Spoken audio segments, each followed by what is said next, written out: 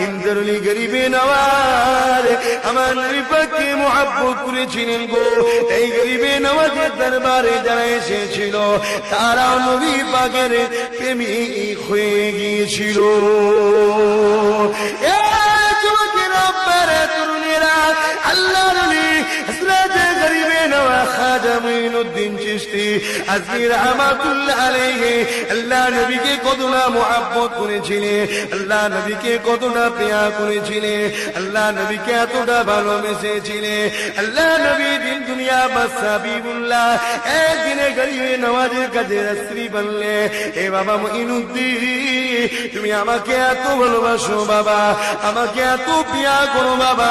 এ বাবা মুঈনুদ্দিন, তুমি তো জানো বাবা, মান তারাকা সুন্নতি ফালাইসা মিন্নি, যারা আমার সুন্নত তরক করবে তারা আমার কেউ নয়। তুমি আমার প্রতিটা সুন্নতকে আমল করেছো বাবা, একটা সুন্নত কেন তুমি ছেড়ে দিলে বাবা? ইয়া রাসূলুল্লাহ, হাবিবাল্লাহ, কি সুন্নত আপনার ছেড়ে দিলা? আল্লাহ নবী বললেন, বাবা গরিবে নওয়াজে তুমি নেকা কেন করলে না? আমি রাসূলুল্লাহ নেকা করেছি, বিবাহ করেছি, কেন তুমি নেকা করলে না? আল্লাহর ওলিকে আমার রাসূল কতটা ভালোবাসে দেখেন। হুজুরকে জিজ্ঞেস করছে, বাবা তুমি সব সুন্নত তো আমার মানলে, তুমি আমার এইটা মানলে না কেন? বিবাহ। হুজুর আপনার প্রেমে, আল্লাহর প্রেমে জীবন কাটিয়ে দিয়েছি বাবা। সংসারের মধ্যে দিয়ে তোমাকে প্রেম করতে হবে, সংসারের মধ্যে দিয়ে প্রেম করতে হবে।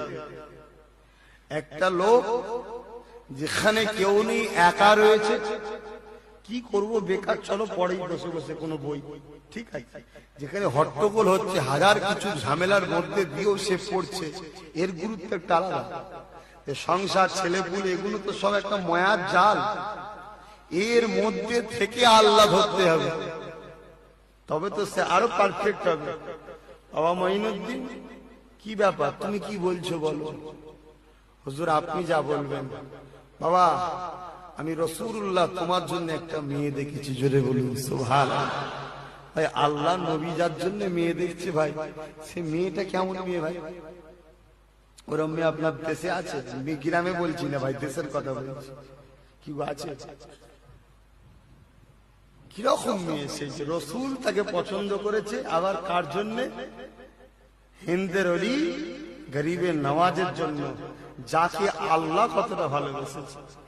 দিন রাত ইবাদত করে আমার আল্লাহ আসতে বলছে, মুঈনুদ্দিন তুমি আমাকে এত ভালোবাসো, আমার কাছে চাও না কেন? আমি কি দিতে পারবো না? জি না আল্লাহ, আপনি তো সব ক্ষমতার মালিক, তবে আমার বড় ভয় লাগে, আমি চাইবো, আর আপনি যদি নারাজ হয়ে যান, আমার বড় ভয় লাগে, আমি চাইবো, আর আপনি যদি নারাজ হয়ে যান, হে মুঈনুদ্দিন আমি তোমায় ভালোবাসি, তুমি আমার কাছে চাওনি কেন? আল্লাহ চাইবো, আপনি বলেন আমার দোয়া কবুল করবেন কি? আগে কন্টাক্ট হয়ে যাচ্ছে, আর তুমি আমি চেয়েছি হাঁপিয়ে যাচ্ছি। কতটা তারা আল্লাহ ওয়ালা ছিল, তাদের মতো হতে গেলে তাদের কাছে যেতে হবে, তাদের মতো শিখতে হবে, ঠিক না? ঠিক। আল্লাহর নবী গরিবে নওয়াজ কি দোয়া চেয়েছিলেন?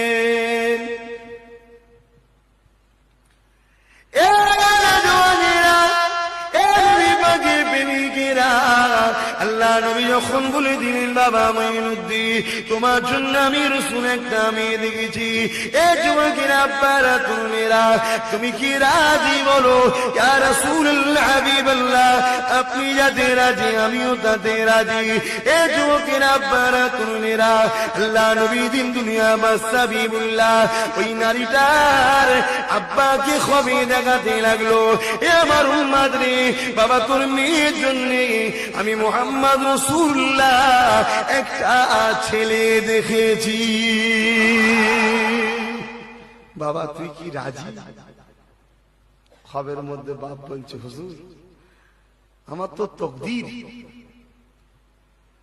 যে আমার মেয়ের ওসিলায় আপনার দিদারটা আমি পেয়ে গেলাম, জোরে বলুন সুবহানাল্লাহ। আর যার জন্য আপনি আমার মেয়েকে ঠিক করছেন, যে ছেলেটার মেয়ে আপনি ঠিক করে দিচ্ছেন, হুজুর ছেলেটা কত বড়ই ভাগ্যবান যে যার বিয়ে গার্জেন হয়ে আপনি দিচ্ছেন। নবী এখানে গার্জেন হয়ে দিচ্ছেন। তো হুজুর আমি 100% রাজি। মুসলমান ছেলেমেয়েরা, আব্বারা, তরুণেরা, এ নবী পাকের প্রেমিকেরা, আল্লাহ নবী নারীটাকে খবর দেখাতে লাগলে নবী পাকের দিদার আল্লাহ নেক বান্দি পেয়ে গেল। আল্লাহ নবীকে সালাম দিল। আল্লাহ নবী বললেন, মারে আমি তোর জন্য একটা ছেড়ে দিয়েছি, এ মা তুই বলতো দেখি আমি রাসূলুল্লাহর কথা তুই কি মেনে নিবি? আমি তোর জন্য একটা ছেড়ে দিয়েছি। ওই নারীটা বলতে লাগলো, ইয়া রাসূলুল্লাহ, ইয়া হাবিবাল্লাহ, আমি কতটা না সৌভাগ্যবান যার গার্জেন দিন দুনিয়ার বাদশা হাবিবুল্লাহ হতেছে।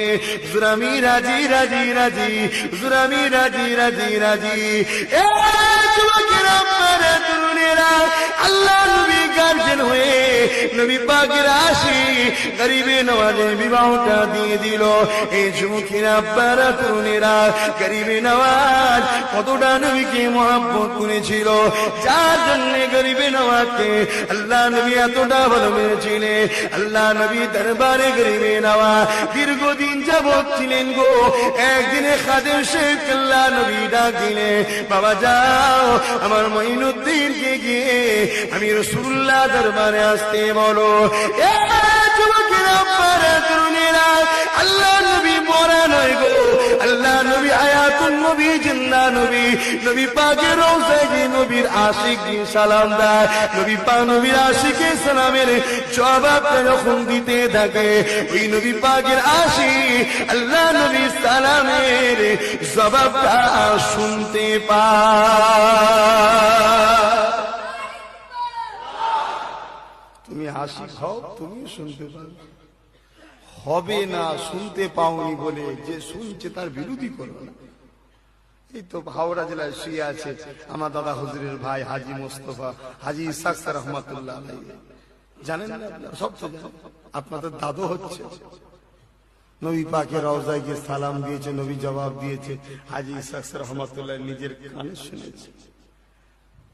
তো খাদেম সাহেবকে বলেছে, যা কি গো আমার নবী জিন্দা তো নাকি? এখন বলে মানতে চাইছেন, আপনারা মানেন তো নাকি? মেনে থাকবেন তো নাকি? শুধু নিজেরাই মানবেন না ছেলেদের শিক্ষা দিয়ে যাবেন? বলেন বলেন, ছেলেদেরকে শিক্ষা দিয়ে যাবেন, তবে বাপ বেটা জান্নাতে একসাথে দেখা হবে। না কিয়ামত দিন ছেলে দাঁড়িয়ে যাবে, আল্লাহ আমার বাবা মাকে শেখায়নি, আমার বাবা মাকে জীবনে বলেন, তাই তো ভুল রাস্তায় চলে গেছে। কথা বললেন, আল্লাহ ধরবে সেদিন। তো খাদেম সাহেবকে আমার রসুল বললেন, যান মঈনুদ্দিনকে ডেকে দেন। গরিবে নওয়াজ মঈনুদ্দিনকে আমার রসুল দরবারে ডাকলেন। আল্লাহ নবী বললেন, বাবা মঈনুদ্দিন হিন্দুস্তানে যাও, বাবা ভারতবর্ষে যাও, যে ইসলামের দাওয়াত দাও ওরা, আমি রাসূলুল্লাহ আমাকে কখনো পাইনি, দেখেনি, আমি রুহানি হালতে গেছি, সশরীরে যাইনি। আমি রাসূলুল্লাহর কথা শুনে তারা তোমাকে ভালোবাসবে।